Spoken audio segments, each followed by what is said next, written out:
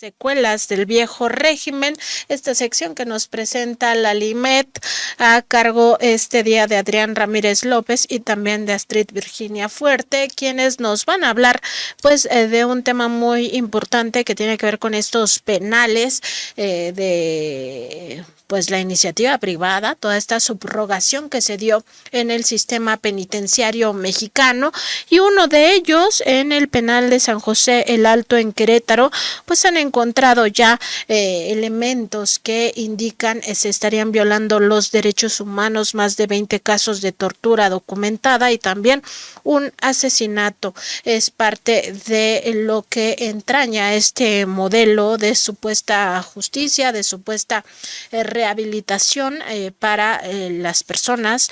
Saludamos con mucho gusto a Astrid Virginia Fuerte y también a Adrián Ramírez López, quienes ya nos acompañan. Muy buenos días a ambos. Hola Nancy, muy buenos días a la audiencia. Muy buenos días, Nancy, amigos de toda la teleaudiencia de Contralínea. Antes de iniciar, quisiéramos mandar nuestro abrazo fraterno, solidario, siempre dispuesto a apoyar la causa del pueblo colombiano que ha hecho mediante el proceso electoral un proceso de transformación y que ahora su presidente vive también actos, acciones del welfare, como se dan a lo largo y ancho del mundo, pero fundamentalmente en nuestra región.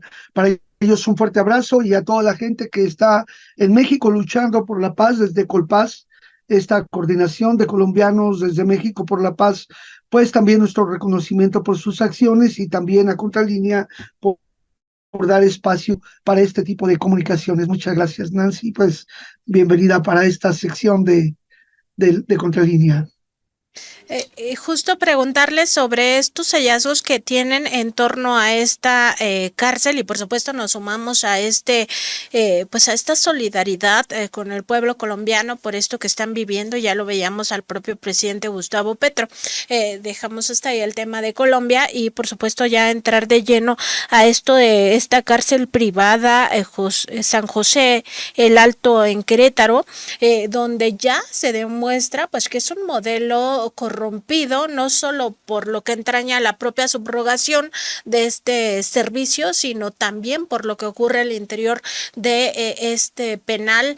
Muy lamentable las violaciones a derechos humanos. ¿De qué estamos hablando? ¿De qué tamaño es el problema? Y bueno, primero, antes de entrar en los detalles, quisiéramos mencionar que desde el gobierno de Pancho Domínguez se vino imponiendo en el Estado un modelo muy llamativo, muy publicitado, que es el modelo Cosmos para la cuestión penitenciaria y para la justicia oral. Este modelo Cosmos viene a modificar todo el sistema penitenciario. Querétaro tiene 4 centros penitenciarios y los cuales hoy en la encuesta, en el diagnóstico de situación penitenciaria de la CNDH, obtiene la mejor calificación de los penales de su tipo, es decir, de los cerezos, como la mejor calificada del país. También tiene una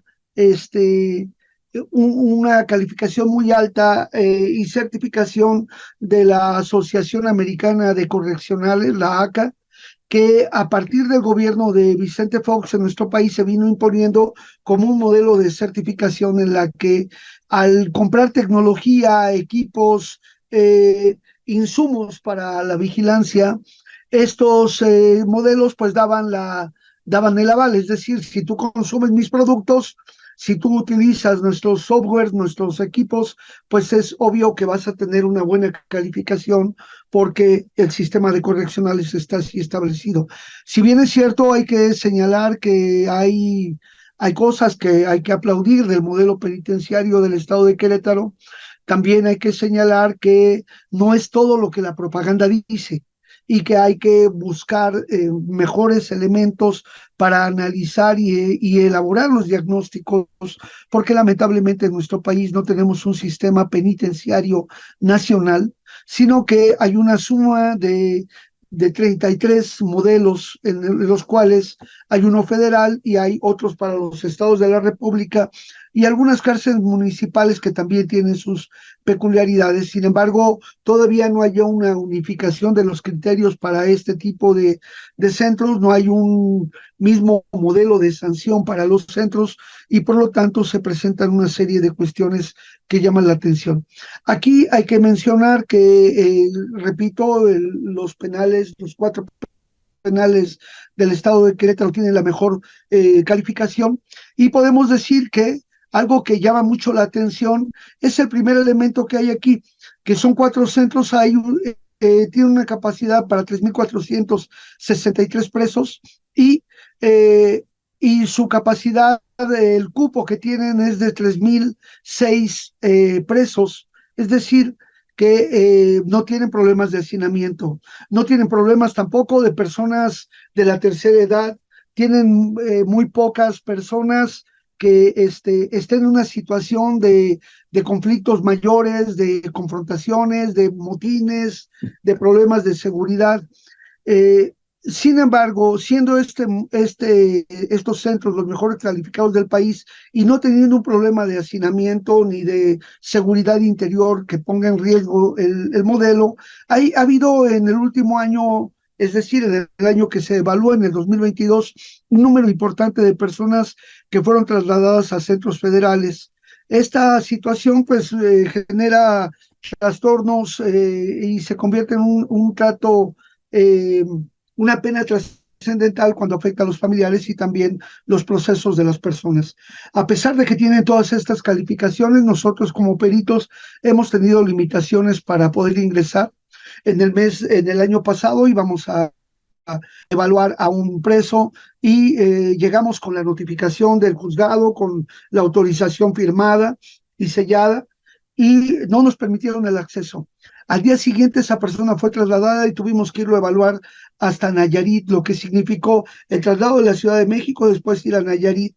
Y en otra ocasión estaba yo haciendo una evaluación, se me había terminado la memoria de la cámara fotográfica, salí para traer otra, y cuando regresé ya no me permitían el paso y ya no me lo iban a permitir hasta que tuvimos que insistir y hacer llamados para que nos pudieran atender. Si esta situación la vivimos nosotros, que tenemos un encargo incluso por mandato judicial, ¿qué pasa con el resto de la población? Y es lo que también llama la atención. Si es el centro mejor calificado, ¿por qué entonces el estado de Querétaro reportó el año 2022 2 huelgas de hambre? Si en el país hubieron, en Oaxaca, que tiene en 4 centros hubo 12 huelgas de hambre, en Chiapas 8 huelgas de hambre con 6 centros, en la Ciudad de México en 2 centros hubo 6 huelgas de hambre y en Querétaro en un solo centro, del de San José, hubo 2 huelgas de hambre. Es decir, ¿por qué si están en tan buenas condiciones, por qué la gente recurre a un recurso que tiene que ver con la exigencia de sus derechos si se supone que estaban bien? Y en los reportes que hay, el estado de Querétaro dice que no hay ninguna persona indígena, de origen indígena. Sin embargo, nosotros sabemos del caso de Abraham Sanagua Chacún, que fue trasladado el año pasado al Ceperezo de Nayarit y fue víctima de tortura conjunto con otro preso, que es Justino Camargo Eleuterio. Ambos fueron torturados, ojo, al ingresar al penal por parte de personal de custodia de ese Ceperezo allá. Es decir, hay varias cosas que tenemos en una situación preocupante, porque, por ejemplo, hay un número importante de personas que tienen discapacidad social. Cuando menos conocemos un caso que estamos recomendando que se le envíe a un centro de médico para su atención porque es inimputable, y no lo han hecho, y sin embargo reportan que no hay personas con discapacidad psicosocial. Y también dicen que Querétaro no tiene personas con alguna drogodependencia. Sin embargo, el número importante de personas que son adictas a drogas están ahí establecidas, y por eso retamos al gobierno de Querétaro y a las autoridades penitenciarias para que realicen una serie de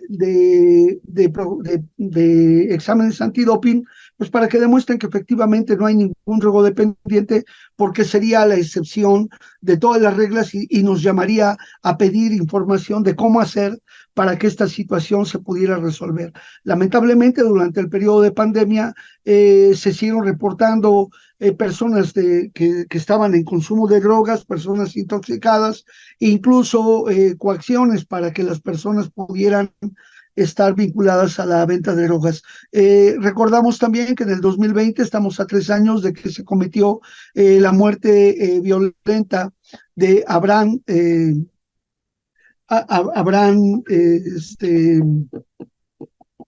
Ignacio Gaviria Juárez, una muerte muy extraña y que ya él había tenido incidentes previos de tortura por parte de personal de custodia, pero los datos ya concretos de lo que son los testimonios y análisis que hemos nosotros tenido, se los dejo también a Astrid Villafuerte. Pero ahí está este contraste, un penal de talla mundial con certificación y sin embargo hay todavía situaciones de violencia y de violación grave a los derechos humanos al interior de este penal.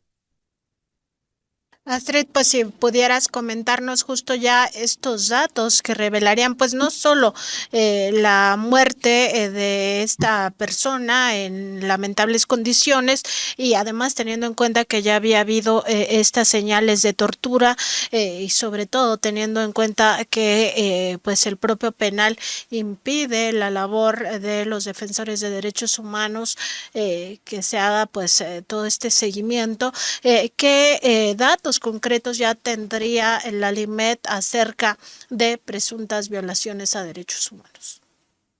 Sí, gracias, Nancy.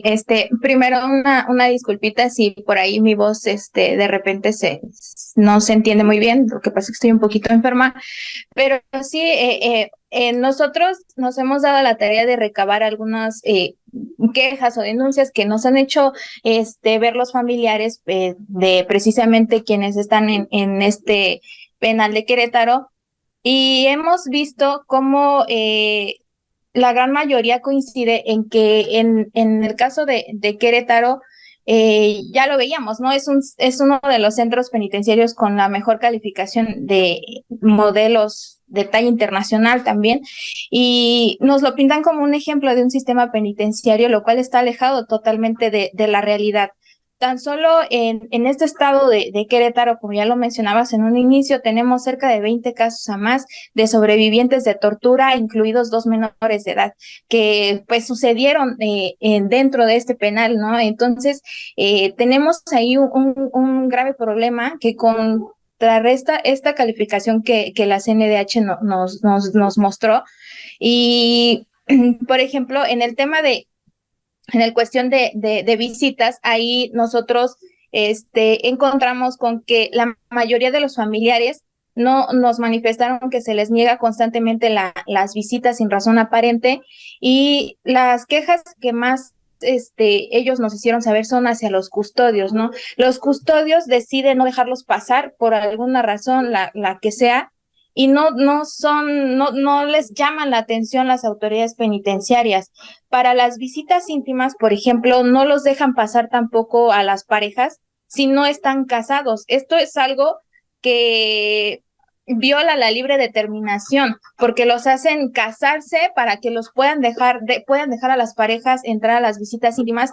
Y también, por otro lado, el trámite que se debe de hacer para casarse son demasiado engorrosos, entonces ahí hay un dilema totalmente. El tema del filtro de las visitas también es demasiado riguroso. Para poder pasar, les hacen quitarse prendas, les prohíben la entrada con cierto tipo de zapatos. Por ejemplo, deben de ser zapatos abiertos, sandalias, incluso les revisan el cabello y deben de pasar por 2 filtros de escáner. Ahí, por ejemplo, si hay alguna cosa que les haga a ellos pensar que tienen algo por dentro de la ropa, los pasan a otro módulo y ahí los revisan. Y hay que destacar que aquí el trato no es el mismo para todos, o sea, es como que es aleatorio, ¿no? A pesar de que las autoridades sanitarias señalaron que la pandemia por COVID-19 ya estaba terminada y que las autoridades sanitarias del país pues levantaron estas medidas precisamente sanitarias, aún los hacen llevar cubrebocas y les piden la prueba de antígenos para COVID 24 horas antes de la visita, y debe de ser de un laboratorio que esté aprobado por el centro. Esto, pues obviamente les genera gastos extra que de por sí deben de hacer, porque la mayoría manifiesta que gastan más de 2,000 pesos tan solo en pasajes, en alguna comida ligera, y aparte deben de llevar dinero para los internos. Entonces, esta prueba de COVID que viene rondando entre los 400, 500 pesos, pues se suma a estos gastos ya de por sí grandes que deben de ellos hacer. Y aparte, les cancelan visitas de último momento y sin previo aviso. Este es un constante que se practica en el penal, lo que genera pues pérdidas de tiempo y de dinero de los familiares, pues muchas veces hay quienes se trasladan perdón, desde otro estado y gastan demasiado dinero en pasajes y deben de dejar sus trabajos para poder ir a las visitas, y llegan y se encuentran con que ya les cancelaron la visita y no les dan una razón aparente, ¿no? Entonces ahí ellos ya pierden tiempo, pierden dinero, pierden recursos, y pues de alguna manera se quedan tristes porque de por sí no pueden ir a las visitas constantemente. Algunos van un mes, 2 meses, ¿no? Entonces, pues llegar y que no les permita la entrada, pues se torna bastante triste y viola uno de estos derechos fundamentales de los internos, que es el derecho a recibir visitas. También un tema que nos parece a nosotros demasiado, pues muy importante también, es el tema del uso de los grilletes en las manos y en los pies. Esta práctica todavía se sigue dando dentro de este penal y de otros, ¿no? Pero nos enfocamos en y cuando van a visitas los presentan con estos grilletes que van de manos a pies, con el justificante de evitar que haya confrontaciones entre los internos cuando se esté llevando a cabo el traslado dentro del mismo penal. Y esto, pues, obviamente que no garantiza, porque es precisamente en este momento cuando más ataques se presentan, y los internos que van atados de pies y manos pues quedan en total indefensión. Y también años anteriores teníamos el conocimiento de que también se utilizaban capuchas o vendas en los ojos para trasladarlos también dentro del penal, sobre todo en lo que ahí se llama los módulos cerrados. Y aunque esta práctica ha disminuido considerablemente en los últimos 2 años, digamos, es una práctica que todavía sigue existiendo y se sigue llevando a cabo, y esto pues viola totalmente el derecho a recibir un trato digno. Este tipo de tratos es humillante y es denigrante, porque no hay necesidad de que dentro del mismo penal los trasladen de un lugar a otro con los grilletes. No hay necesidad. En el tema de los tratos hacia los familiares, también encontramos que son víctimas de constantes amenazas también por parte, en su mayoría, de los custodios. Si, por ejemplo, no los dejan entrar a la visita a los custodios, a pesar de que ellos tienen la autorización, los familiares, de entrar, y si van y se quejan a la dirección, posteriormente les mandan a decir con sus familiares internos que no se vuelvan a parar en las oficinas, porque si no, quienes van a pagar las consecuencias son los mismos internos. Entonces, de ahí vienen, de estas amenazas deriva también el miedo que tienen los familiares de hacer las denuncias correspondientes respecto a los tratos que se reciben dentro del penal. Entonces, también por esa parte, no se evalúa tal vez o no se llega a la verdad de lo que está pasando realmente en los centros, precisamente por el miedo que tienen tanto ellos como los familiares de realizar alguna denuncia. Y también para poder, por ejemplo, pasar artículos de higiene personal y etcétera, todo esto que tiene que ver con ropa y calzado, pues deben de hacer una fila enorme, y las atenciones tardan por persona entre 30 y 1 hora. lo que genera que las personas pues tienen cosas que hacer también, ¿no? Entonces hay quienes tienen que regresar a sus trabajos lejos, hasta los que vienen de otros estados, y ya no tienen la posibilidad de ingresar estos artículos y pues se quedan los internos sin este recurso y pues los familiares se quedan otra vez con el gasto, ¿no? Entonces, también por esa parte, en la cuestión de alimentación, esto es algo que muchos nos han hecho saber, que dentro del penal existen las tienditas que son manejadas también por los mismos internos. Ahí se venden artículos diversos como higiene y alimentación. Ahora tenemos con que les restringieron la mercancía que pueden vender, y en otros lugares del mismo penal les prohibieron vender alimentos y solamente venden comida chatarra, papas fritas, pastelillos y refrescos. Incluso han señalado los internos que prefieren comer 1000 veces esa comida o no comer nada que comer la comida que les dan en el penal, precisamente porque la comida que les dan está en mal estado. Muchos se han quejado de que les dan la comida casi a punto echada a perder, y que incluso ha habido casos de intoxicación dentro del penal. Entonces, prefieren 1000 veces o no comer o comer pura chatarra que comer la comida que les dan en el penal. En cuestión de la salud, también es un rubro en donde más quejas hemos recibido, que la atención médica no es oportuna ni es de calidad. En la mayoría de los casos no se les proporcionan medicamentos adecuadamente, y en esto en la Alimed hemos hecho una cantidad de acciones urgentes respecto a esto, debido precisamente a la deficiencia en la atención médica. Hay que señalar que no pagan la atención médica, pero debido a que no es eficiente y no les dan el medicamento oportunamente y como debe de ser, los familiares muchas veces se ven en la necesidad de comprar ellos mismos por fuera el medicamento, arriesgándose a que no se los dejen pasar y ese gasto se quede otra vez en el aire. También el tema de la atención psicológica y psiquiátrica pues también es deficiente. Tenemos registro de que hay personas también, como mencionaba el doctor, que tienen algún tema de adicciones y no se les atiende, no son atendidos, ¿no? Entonces, esta también es una gran deficiencia. Y en el tema del trabajo, pues algunos señalan que es complicado que los dejen trabajar, pues también no los dejan pasar en ocasiones el material que necesitan para realizar sus trabajos.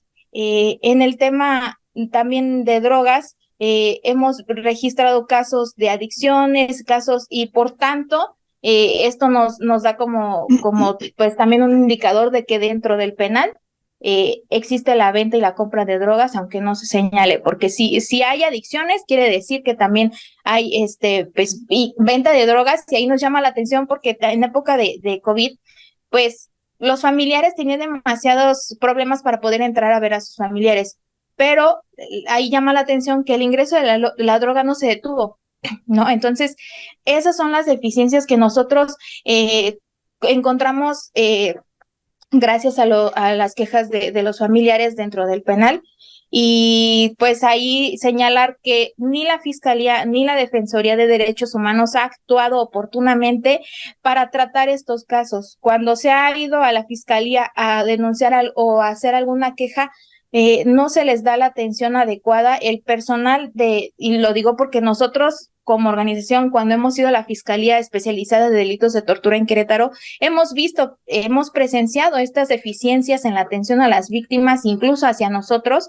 Incluso hemos hecho informes de queja porque si queremos solicitar un expediente no se nos da a pesar de que tengamos la autorización. O sea, el personal que ellos tienen no está capacitado para atender este tipo de situaciones, y la Defensoría de Derechos Humanos, pues a pesar de que está haciendo un esfuerzo para pues ver este tipo de situaciones, también presenta algunas deficiencias, ¿no? Como inicialmente cuando nosotros llegamos y fuimos en una visita el año pasado a Querétaro, no sabían ni siquiera cuántos casos de tortura tenían, ni tampoco sabían cuántos casos de adicciones tenían. Entonces, sobre eso empezaron a trabajar, pero hasta ahorita nosotros pues no hemos tenido como una respuesta como tal. Entonces, pues todo esto es una situación que debe cambiar, y es lo que quiero apuntar ya como último, porque es una situación grave la que se vive, y esto de los testimonios que y las quejas que los familiares nos señalaron, Nancy.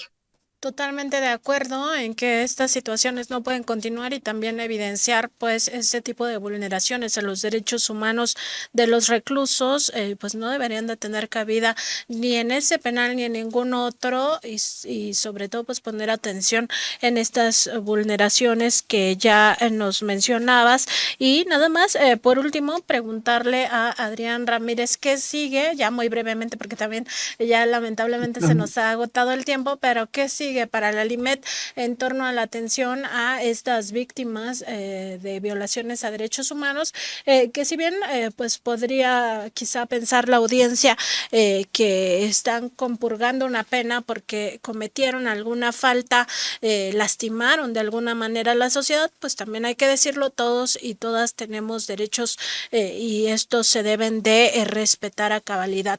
¿Qué sigue para la LIMET, Adrián? Bueno, antes de contestar lo que sigue, quisiera hacer una pequeña errata. De los más de 20 casos que tenemos acreditados de tortura en el estado de Querétaro en años del 2011 para acá, quiero comentar que la mayoría no ocurrieron en el penal, la mayoría ocurrieron fuera al momento de la detención.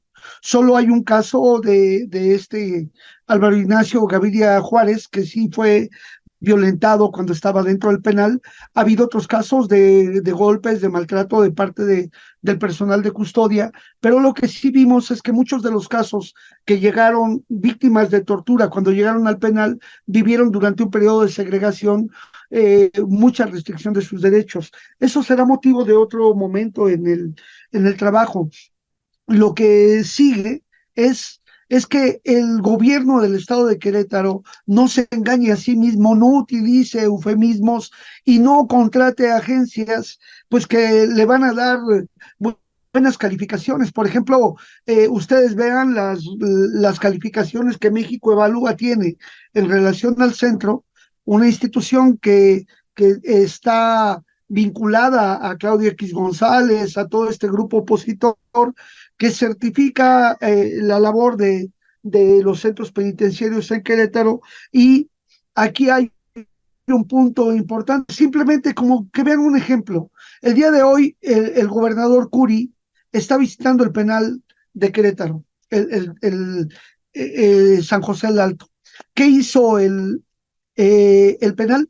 Eh, Canceló las personas que ya estaban para visitar a sus familiares no van a poder ingresar. ¿Por qué no ver el penal en funcionamiento correcto? Y días anteriores, el olor a pintura, el lavado, la limpieza, incluso hasta las coladeras desasolvaron y limpiaron. Y qué bueno que lo visiten más. Invitamos a que los visiten, pero que no se autoengañen con visitas especiales en las que todo aparenta estar muy bien y entonces simplemente se cierran a esta labor. Terminamos diciendo que si alguien recurre a una huelga de hambre exigiendo derechos en un penal que está mejor calificado, sería absurdo que tuviera cabida ese tipo de cuestiones cuando no hay ninguna labor que fungiera como un elemento de carácter político o un elemento de carácter delincuencial que has usado a los presos para hacer este tipo de manifestaciones. Y por último, también mencionar la restricción que tienen los abogados al ingreso, que tardan varias horas, que no les permiten llevar lo adecuado para hacer una defensa adecuada, y también la situación de las visitas íntimas, donde ya ni siquiera tienen agua para poder hacer su aseo, ni tampoco se les brinda ni un café o agua o un refrigerio para el tiempo que van a estar, y el tiempo de visita se ha cortado mucho. Las videoconferencias son difíciles, y lo último, que el sistema digitalizado Cosmos para el ingreso de personas y tal, tarda mucho, no contestan y no hay resolución porque es prácticamente funciona como un call center. Lo que sigue es, insisto, pedirle a la Comisión Nacional de los Derechos Humanos revise esas contradicciones que hay en el informe, cómo ellos reportan personas sin adicciones y que no les haya llamado la atención, cómo reportan entonces que hay deficiencias en la atención de estas personas y que la situación siga ahí. ¿Cómo es esto de que es un penal donde son penales donde no hay saturación duración y entonces ¿por qué la gente protesta? Agradecemos mucho este espacio, sigamos investigando la situación y bueno, Contralínea está atenta a toda la situación para transparentar las prisiones para que no sean espacios cerrados, sino que sean espacios de escrutinio por parte del pueblo.